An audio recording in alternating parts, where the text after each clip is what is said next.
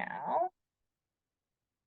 Okay, so thank you everyone for joining us. Today we are going to have a discussion about the Hazard Mitigation Grant Program, and Stephanie Smith, the State Hazard Mitigation Officer, is with us today to do that. And before we get into things, though, I just want to say a couple of things. So the Hazard Mitigation Grant Program is a pot of money that opens up and is based on the damages that come after a federal declaration. So after any declaration in the coming months, there's an HMGP pot, and the amount on that depends on the amount of damages. The amount on this pot is the biggest the state has ever seen. It's around 90 million, and it is a result of the July 2023 flooding. So that's what this money originates from. It is FEMA dollars, and it is statewide competitive. So there is an interest form that is due in late June to Vermont Emergency Management, so that they can have a way, have some visibility on future applications and have an understanding of how much of the money will be utilized, so that it can be maximized to the best extent possible. And as far as assistance that WRC can provide in this funding and this process, I am a first point of contact to anyone interested in talking about a potential project, in application development and project management. All of those things WRC can assist with. So give me a call and we can chat after this if you'd like to talk about some things that you have in mind. And depending on how many projects we have in the region, we may have to divvy up some things workload wise by specialty within our staff. So we'll decide that. I don't know if that'll be necessary or not at this point, but that is our plan. And before I turn it over to Stephanie, I would like to ask Chris, do you have any words you'd like to share with the group?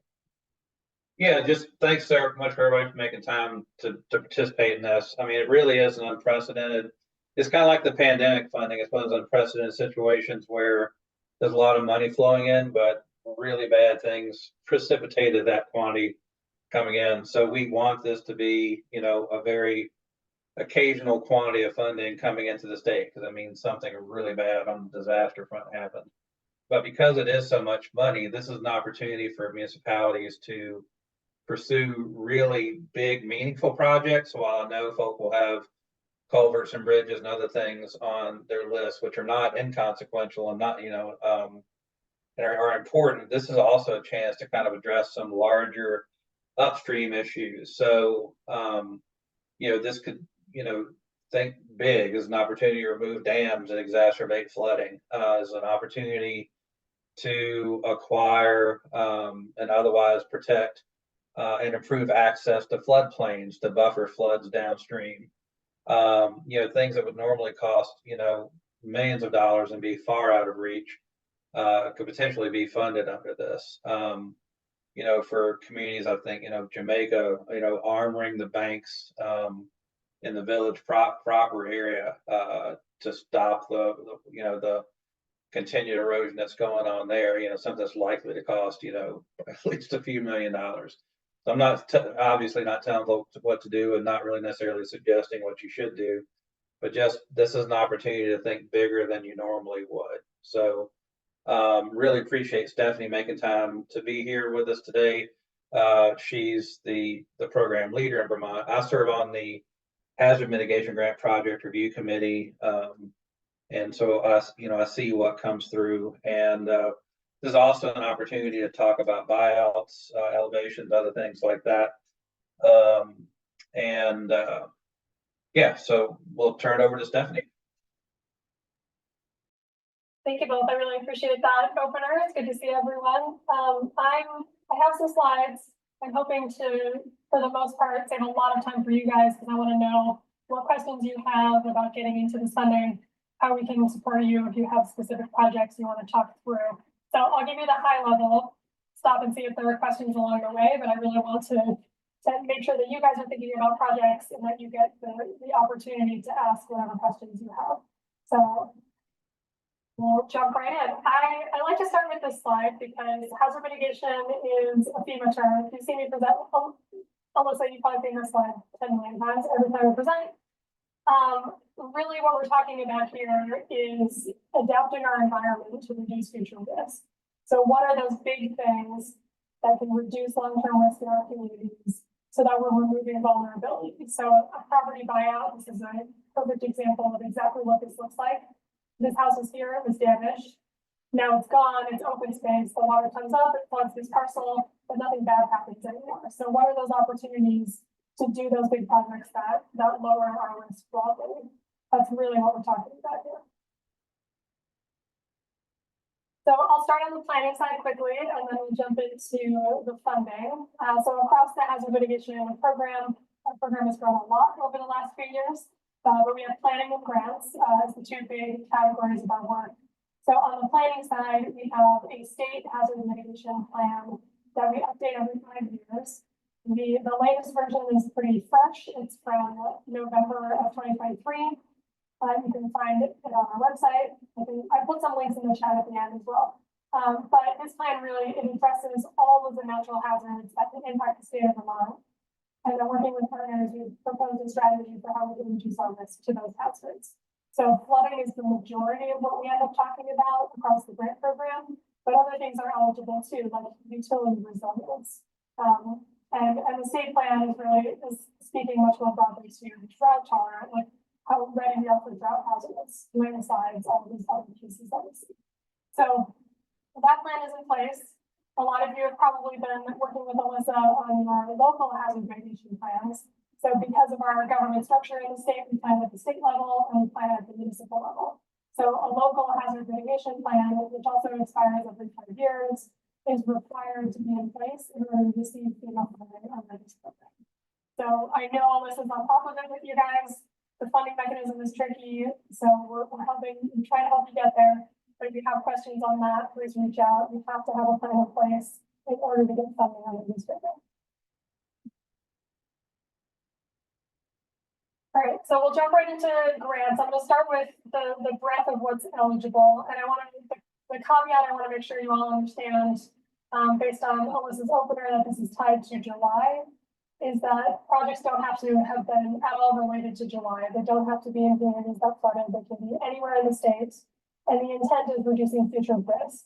So it doesn't have to be something that even has past damage necessarily. So we can do buyouts of properties that are vulnerable but haven't actually flooded yet, because the intent again is how do we reduce that risk before bad things happen. It often ends up functioning as long-term recovery because that's when you have the most money, and that's what people are interested in because you just flooded and now you want to figure out how to fix that for the next time. But really the intent there is how do we do those big proactive things that will reduce our future risk. So from a project standpoint, these are pretty high level. These are the buckets of what we fund the most. There are other things that could potentially be eligible as well. But in terms of by the numbers since Irene, property buyouts are the biggest thing that we've done. So between Irene and July, we did about 170 property buyouts across the state. We're going to do a good chunk more following July. So this is one project type that we're not waiting for everyone to review and get details. If we have a buyout with a property owner that's ready and a municipality that's ready, it's going to be enough.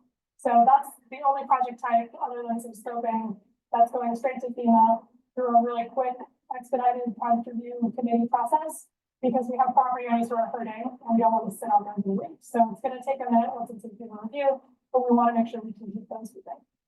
And landslides are a piece of that too. In July, we saw a pretty unprecedented scale of landslide movement and impacting residents. So we have quite a few landslide buyouts as well that are moving to FEMA. So it's not just flood risk, we can do other pieces as well.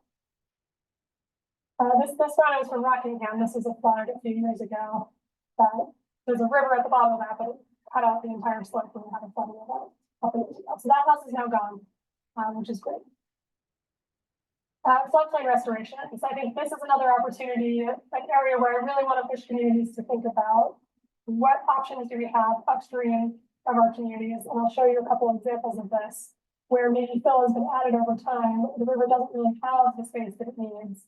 How can we remove some of that fill that's been added, make space for the river before it gets into our communities? So that's another category. Those projects can be really expensive. It might be a couple $1 million to do a large floodplain restoration. This is the best time to do that because we have the money to fund those projects. Infrastructure. So we do a lot of upsizing of culverts, upsizing of bridges, moving abutments that are impacting the river, pushing in, not giving the river enough space, and creating flooding in our communities. We've also done some road relocation projects where we're shifting a road onto a safer area, or other road resilience improvements. Structural elevation projects, which are lifting a house generally, and then building up a foundation and setting the structure back down so that it's higher. And when the water comes in, it still impacts the lower part of the structure, but it doesn't impact the living space. Talking about a lot of elevation projects right now. They're tricky, but we're working through how to try and make those easier so we can move forward and keep some of our housing where it is if it's in a location where that makes sense. Developing local hazard mitigation plans. If you don't have one, we do apply for funding every year under a different program, FEMA's Building Resilient Infrastructure and Communities program, to do local plan updates across the state. And then other planning and scoping activities are eligible as well. So updating plans or more detailed analyses to figure out what types of projects we should be doing in our communities. That's a pretty high level of the general project types. I'll pause there for a minute if you have any questions on the types of projects that are eligible. And feel free to just come off mute and talk. That's easy for you. So hi, I'm Greg Lakis. I'm the Jamaica EMD, and I'm a little confused about the scope of this program versus ongoing recovery efforts going on with FEMA right now. I was thinking about some of the Ball Mountain Brook armoring that we need to get done. There's a lot of work going on with FEMA to try to plan and do that work. Is this in addition to that or a companion to that, or where do the lines get drawn? Good question. I think there's a lot of confusion there, so I appreciate you asking that. So from a very high level, and I'll make this as simple as possible, there are two programs coming from FEMA right now that you should be paying attention to. One is the Public Assistance Program, which fixes things that broke. The thing that you want to pay attention to in that program is that you can also do mitigation through the Public Assistance Program. So if your culvert was undersized and it blew out, and you need to replace your culvert with public assistance funding, you can use hazard mitigation through the Public Assistance Program to put back the bigger culvert that should have been there. So FEMA is required to follow our state standards for the stream alteration permit. If it should have been a bigger culvert, they're required to put back the bigger culvert. So that's one example of public assistance. That's the direct fix things that broke funding. Hazard mitigation is in addition to that. So we're not fixing the things that broke, but sometimes the bridge didn't quite break and it's not damaged enough for a public assistance project. So you can't use that funding, but it's still undersized and we could pay to upsize that bridge. Is that distinction making sense to people? Yep. I know it's convoluted a little bit.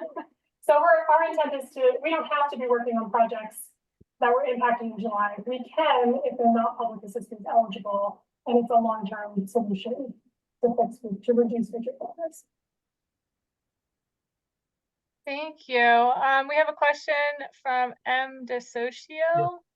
Yes, can you hear me? This is Mike DeSocio. Yep, From go ahead. Town of Brookline. And I have a question.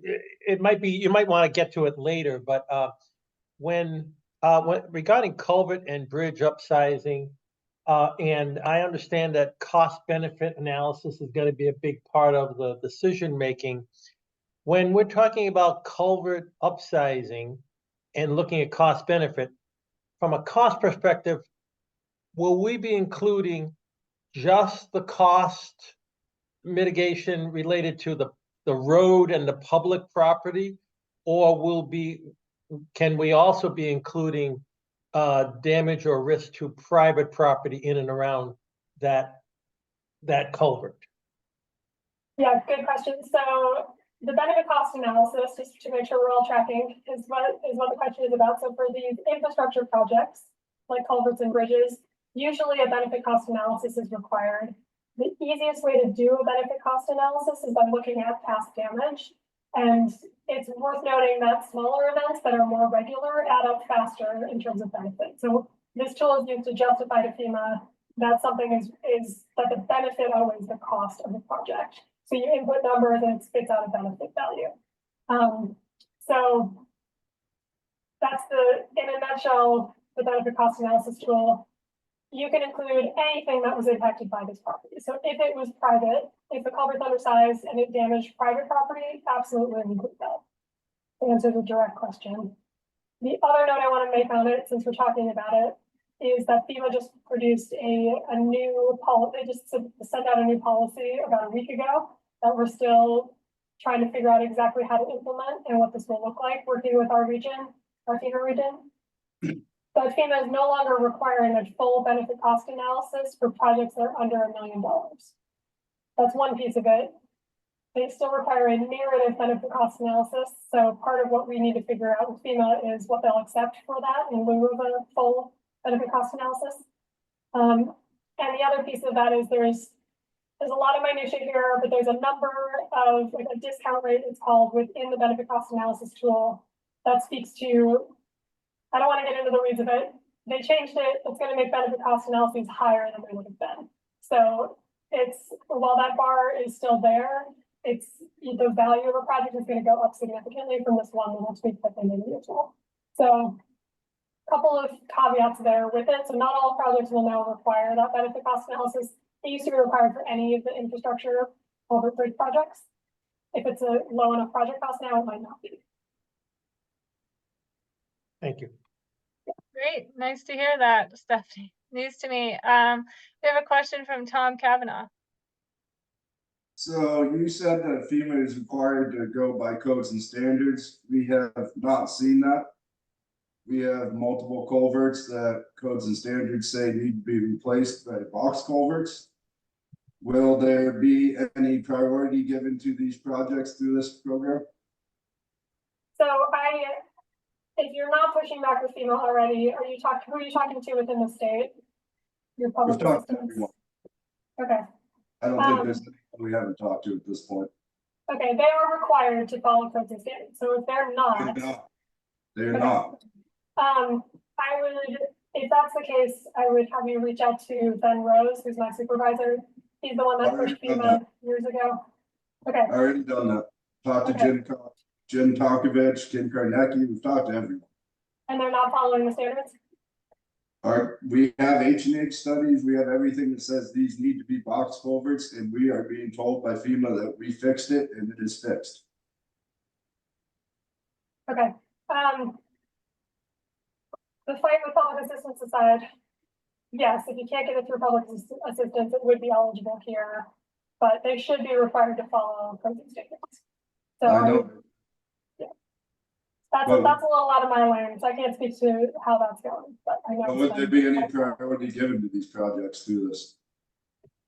At this point, we have more money than we've ever had before, so I don't see that being an issue. Yes, I think we can prioritize. I would include that in the application. Okay, thank you. Yep. Hey, Stephanie, can I say one thing real quick?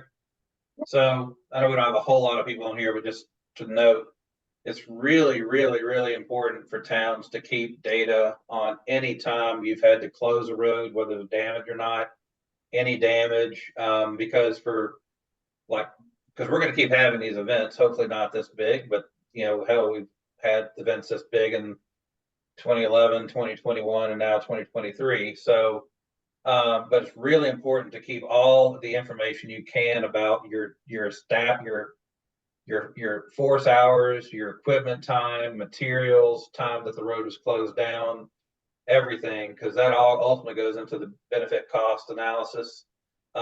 It's really important to try to, and you've got to do it yourself.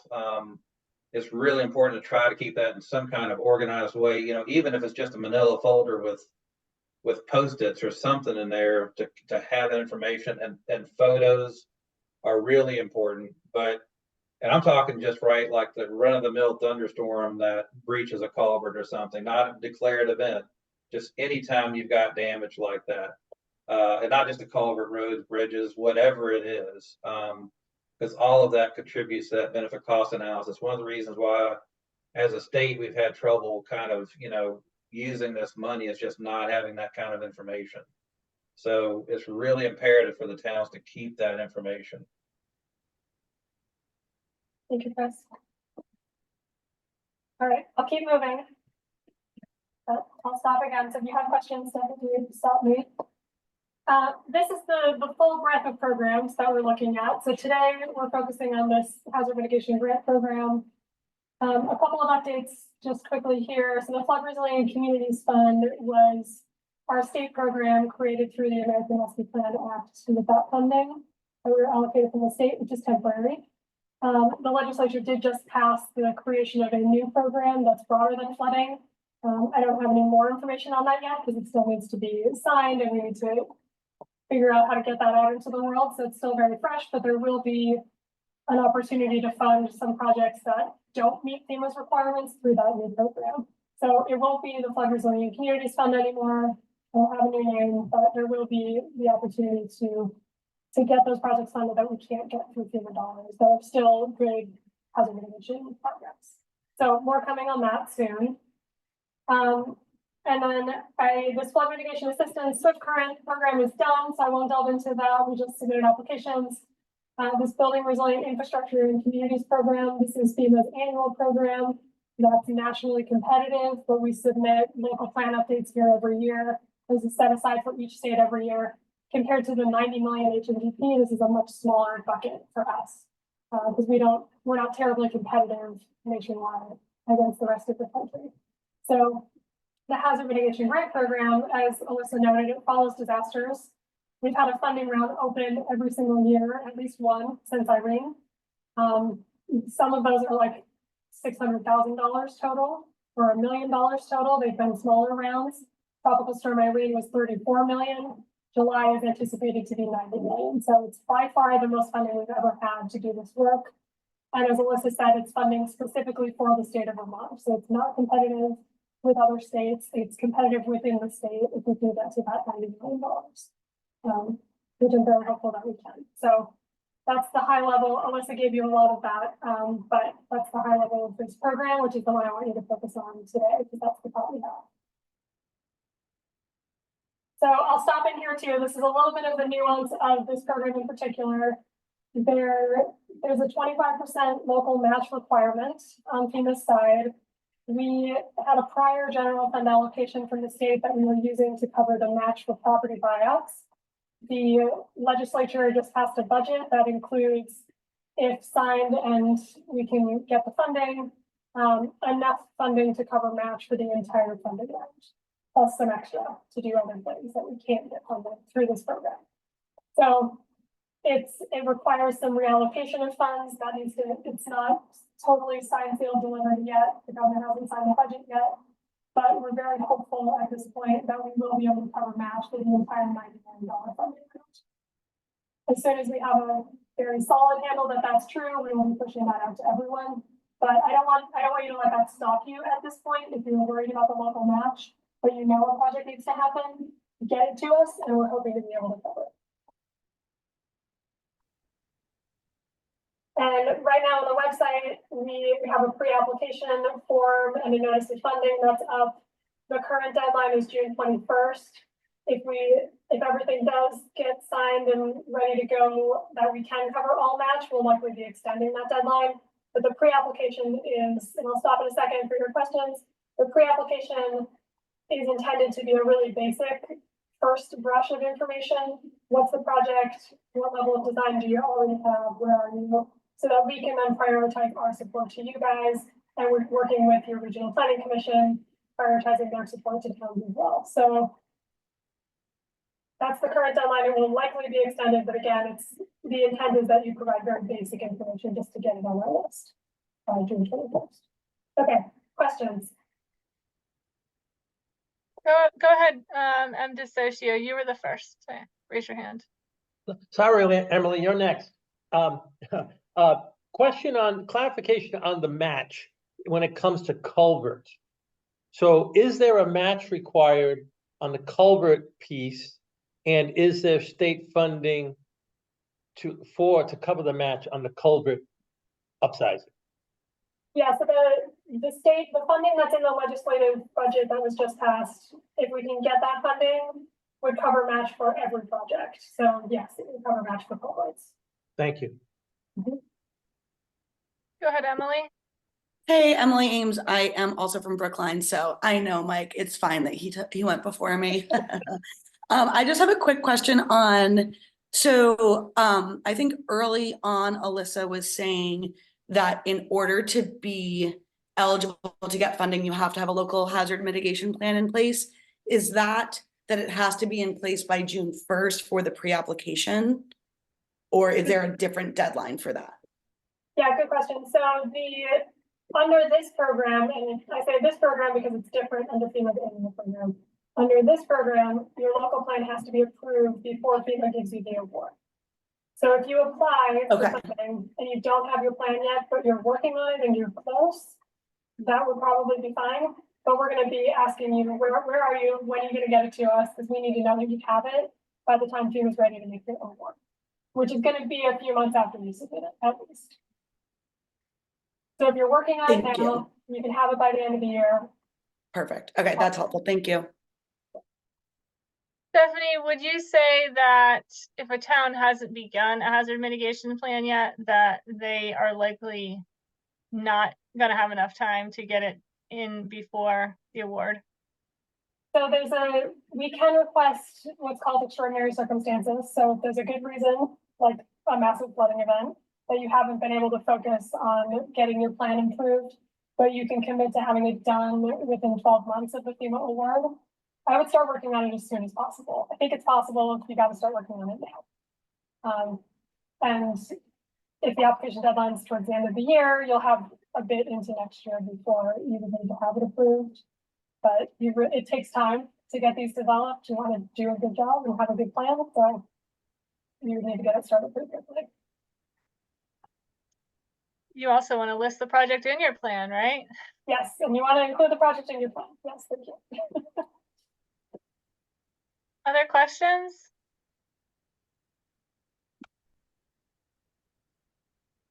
I think we also have the ability to kind of talk about project ideas too and get some preliminary feedback on ideas if you want to bring up any projects that you're thinking about in your town.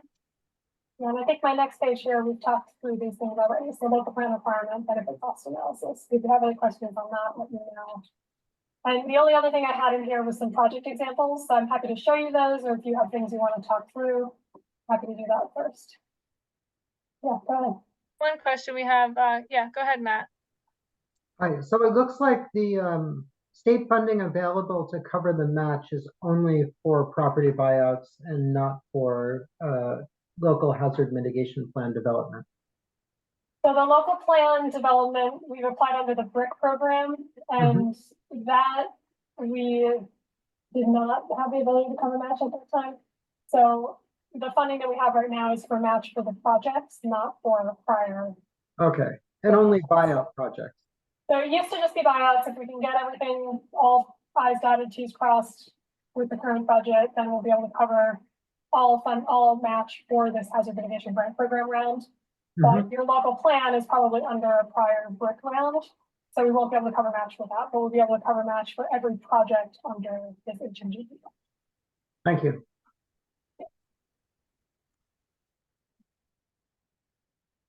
All right, guess you're good, Stephanie. All right. Well, I'll just show you some pictures to get you thinking about the types of some of the bigger projects that we did following Irene. So we have Northfield, community that was very heavily impacted during tropical storm Irene, and they really leaned into the property buyouts. So this is their Water Street neighborhood, that's always your sign, Water Street, River Street. And so everything in black, those numbers those were individual property buyouts. So property buyouts, it requires the property owner to be interested in wanting to move forward. It also requires the municipality to be interested in wanting to move forward. So Northfield really, they leaned in, they did all of these. This is actually, this set down here across the street from water is all in FEMA's mapped floodway, which is an even higher risk area than the special flood hazard area, which is what we regulate at the town level. And they were able to use that funding to then create this beautiful community park. So they did a floodplain restoration project. They removed fill that had been added over time. They created this beautiful community asset that has access now to their river. I don't have numbers on this, but I can only assume that increased the property values of the properties that are remaining across the street. And when July happened, this area flooded, so their park was underwater, but it lowered the flood levels in the surrounding neighborhoods, lower than they would have been because it gave the river more space. So it was a huge benefit to the community to lose a little bit of housing stock, create this beautiful asset that then reduces flood risk for the surrounding neighborhood. So I give that to you as one example of a community really leaning in on buyouts.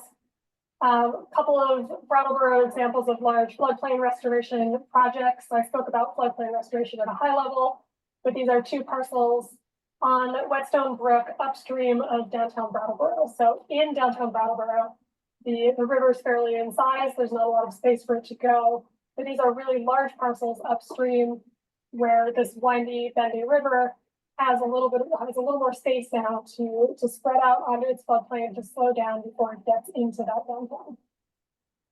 So the first one, Melrose Terrace.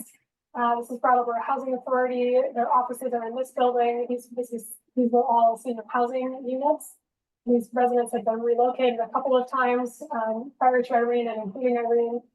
And we were able to demolish those buildings, put in this giant overflow culvert next to the bridge to access this area, again, create this beautiful park. And this project has been successful multiple times. This was right after we finished it in the summer of 2022. This was a flooding event that most of the state, it was a utility event in Brattleboro flooded. And you can see the water line here, the water accessing the site exactly the way that it was intended to, but protecting the homes behind, protecting the surrounding neighborhood by giving it that extra space. You can see that overflow culvert here is being accessed, so giving some more space on the bridge and protecting the existing area. We had to go back in and do some replanting after this because the plants are still brand new after the summer. But it worked as designed. It lowered flood elevations and protected this community. And on the second one, this project is almost done. The majority of the construction was done last fall. There's just some planting and some things to finish up in the spring now. But another example of a pretty big site that we were able to remove that fill, give the river space before it gets into downtown. And Brandon, this is another community that's really leaned in. We've done a lot of work in Brandon. This is Newton Road, where we've done quite a few buyouts on this stretch of road. The road has been damaged many times by various flooding events. Somehow in this ice storm, the river came up, the ice went across the road and melted in place and nothing bad happened, somehow magically. But part of that is because we've done a bunch of buyouts along the road as well. We're actually in the process of doing a buyout on this building too. So I think from the community's perspective, this road is pretty insular. It has roads on either side of it. If they could do buyouts of all of the properties, they could close this road. They have to fix it constantly. They wouldn't have to maintain it. It could be river access. Apparently there's good fishing in this area. I don't fish, that's what I've heard. So it's giving that, creating that community space, but reducing our risk, reducing repetitive damage that the community is having to fix every couple of years. And then this other giant overflow culvert, so this is in downtown Brandon, which is very heavily impacted by rain. The water flows straight through downtown. This now, most of the time, it looks like this, it's empty, but it gives the river when it's coming down, and normally it goes around the community. When it's in a high flow event, it gives the river another option. So you can go through this giant overflow culvert functionally under the community instead of over it. And I have a lot of photos from the town manager every time it's accessed. It's been utilized many times by the river as this extra space when the rivers are high that protects this land. So those are the types of projects, those bigger things that we can't normally fund, but we're really hoping to be able to fund through this large funding round. So Stephanie, I'll stop there. Yeah. during Irene, the water, and before that bypass culvert was installed, it went like basically into and down through downtown, right? Yes. Oh yeah. It was a great investment by the town. So took a lot of money, took advantage of this grant, but it saved a lot of money in damage. Absolutely, multiple times. There's been a few moments in the river's been very high in Brandon, and they've been protected by that culvert. So that exact thing won't work in every community, but that's the sort of thing that we're really looking for here. What is that big thing that you can do that's gonna help reduce your risk? And there probably isn't one thing. I think in a lot of the communities we've been talking to, they are looking for one simple thing that fixes everything. It's probably not going to work that way. You probably have to do some incremental projects that'll lower flood elevations a little bit, and quite a few of them, but it's at least all of these projects are a step in that direction of how do we lower these elevations, keep our communities where they are, and reduce our future risk.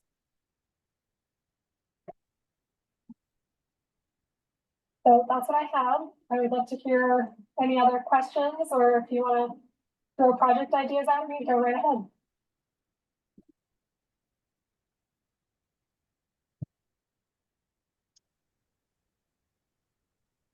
All right, anybody? Go ahead. I'd just like to add for everybody's information for everybody that the state does have a flood elevation and restoration program that we talked about with Marie Caduto recently, and flood easements for property owners.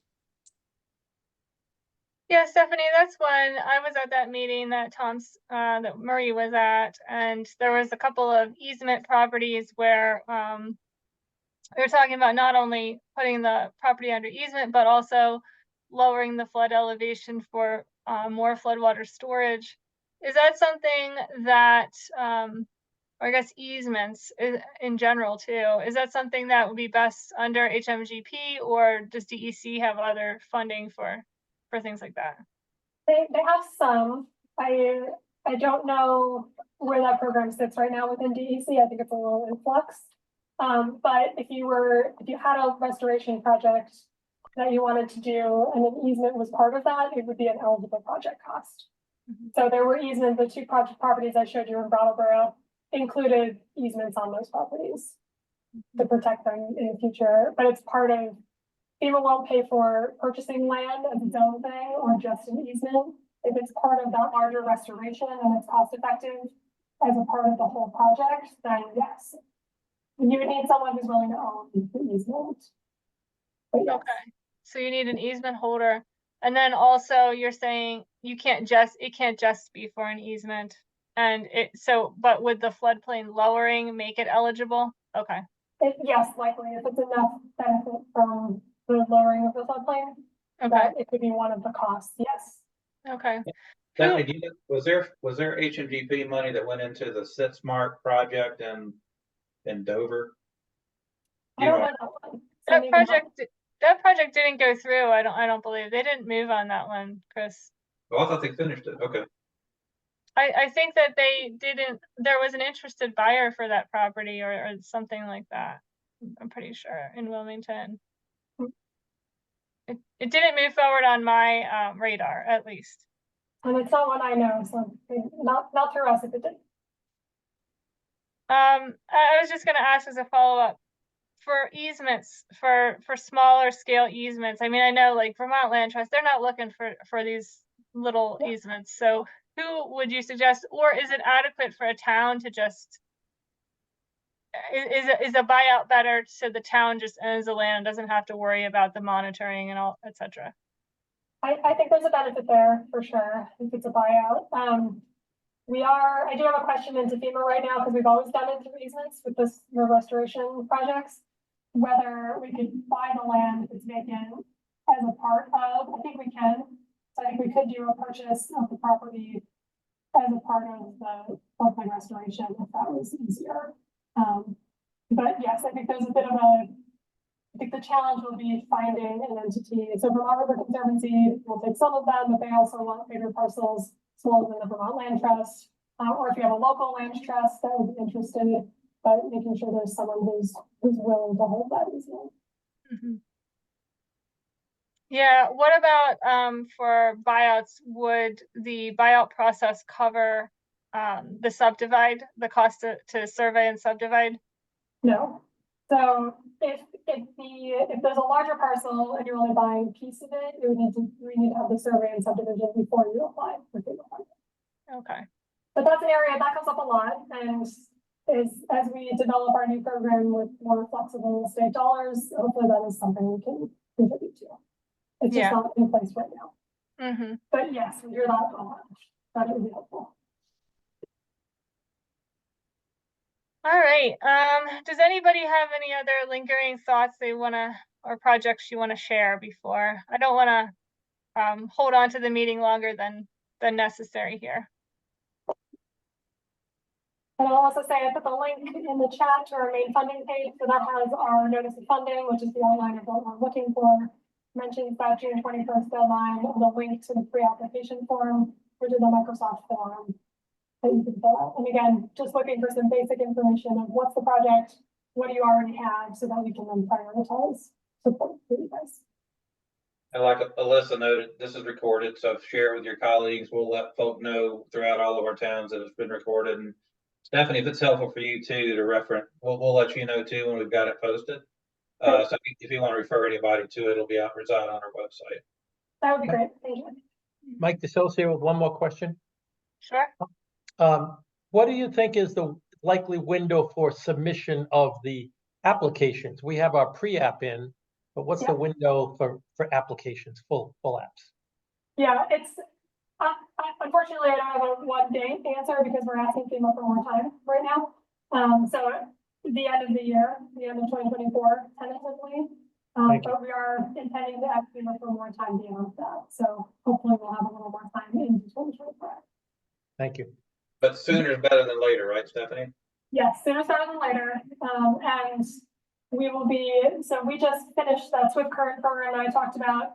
Now my team and our consultant support and with the RPC support, we're shifting fully towards hazard mitigation grant program development focus. So if you submitted that pre-app and you haven't heard from us, we're now swinging back to focus on getting those reviewed. So we'll be letting you know either that's not eligible, but here's what could be, or we're not sure if it's eligible, we have some follow-up questions, or yes, sounds good, go ahead, and here's what you need to do to actually apply for the full application. So you'll be getting a response from us if you haven't already, hopefully in the next couple of weeks. Okay, will the RPCs be looped into that? Okay. Yes. Yeah, good. I was gonna say, Mike, if you or Dot want to reach out to me at some point and let me know how I can be of assistance, you know, because I'm not aware of a Brookline project, so would like to be helpful for you. Definitely. And, definitely. yeah, great, thank you. And yeah, that goes again for everyone. Please reach out to me with as a first point of contact on projects that you have in mind, and I can help guide you through the first steps and onward. So. And I'll just offer too, Margot Gia, our natural resources planner, isn't here, but if you've got a floodplain project in mind, we would be happy to convene, you know, have you work with also with Margot, Alyssa, and I'm sure Marie Caduto, our watershed coordinator, be happy to talk to you because there are all kinds of opportunities where we can really look at floodplain conservation, improving access there too, you know, by the floodwater. And those can make, in some cases, a really, really big difference. And I hope more communities think about those. I'm thinking of the floodplain above Wellington, the floodplain areas in Dover, the floodplains in Weston, even Dover. I mean, Brookline, I know you're smaller, but you know, improving access to the floodplain by Grassy Brook could be a real benefit to all your infrastructure downstream. Keeping in mind in Brookline the beaver pond that likes to give way from time to time and kind of protecting that corridor. There's just all kinds of opportunities out there to really help mitigate the damage before it ever even happens to your infrastructure and homes and everything else. So Yeah, That prompted one more thing for me that I hope makes things easier and not more confusing, but one of the other things we can do that I didn't mention is submit a phased project. So if you know you want to restore this area, but you don't know exactly, you don't have designs yet, you don't know exactly how much you'd have to, how much fill would need to be removed, we can do phase. So if you have just enough information to get in that initial project for phase one to do the designs of the restoration, then FEMA will award that phase one first, but they'll hold some construction and phase two funding for that demolition. So it ends up being one full project application, but then after you complete your designs and you get more information at the end of phase one, you submit it back to FEMA for their review before you do the construction. So it lowers the bar for that initial application and allows you to get the funding you need to fully develop the project before FEMA awards it. and another thing just to remember is that a lot of projects have already been considered in your town, so you should take a look at your hazard mitigation plans and see what has been developed already. So dust them off, find out where they are, and take a look at them. So Stephanie, do you mind holding on just a few minutes? Yep. Great, Thank you, everyone. Have a great Yeah, day. thank you, everyone, and you can go ahead and have your lunch early. Thank you. thank you, Stephanie. Thank Thank you. you. Thanks, Chris. Have a good day. Thanks, Chris. Oh, your lunchtime already? Yeah, 11:45. So, Do you just want wanted, to stop the recording? oh yes. Thank you. We can cut off this last